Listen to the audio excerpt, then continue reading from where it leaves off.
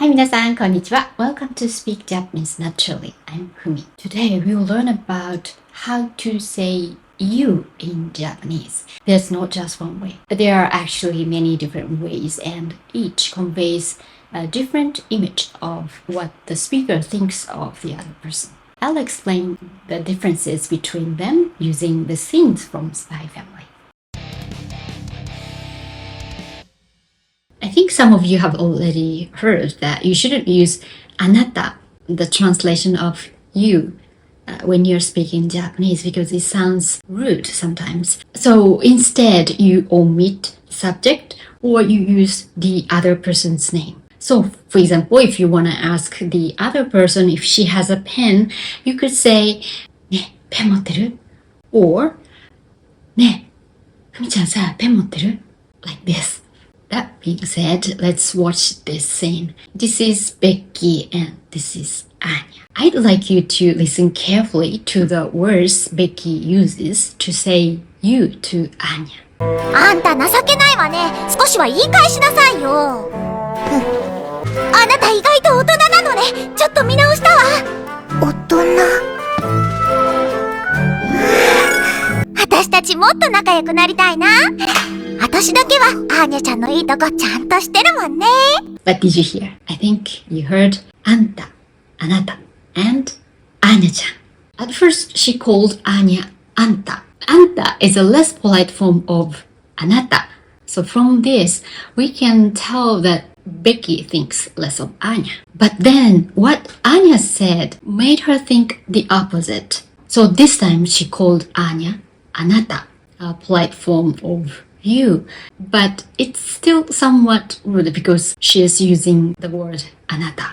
Then things happened, and in this scene, she called Anya Anya-chan. So now we can tell that Becky thinks highly of Anya, and she thinks she is her friend because she doesn't use Anata anymore to Anya. Actually, she uses the word Anata in the next episode once.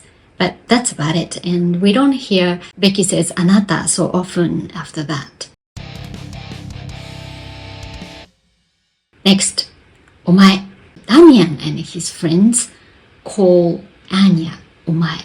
Umai is another less polite form of you. Umai is often used by men or boys, and Anta and Anata are considered to be women's words, especially in literature. Anyway, Umai is often used by boys or men to someone who is at the same level or lower. So Anya's father uses omae to Anya, and Damian uses omae to Anya.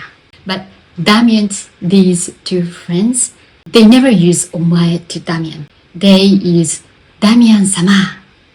You know, sama is a polite form of san, like Mr.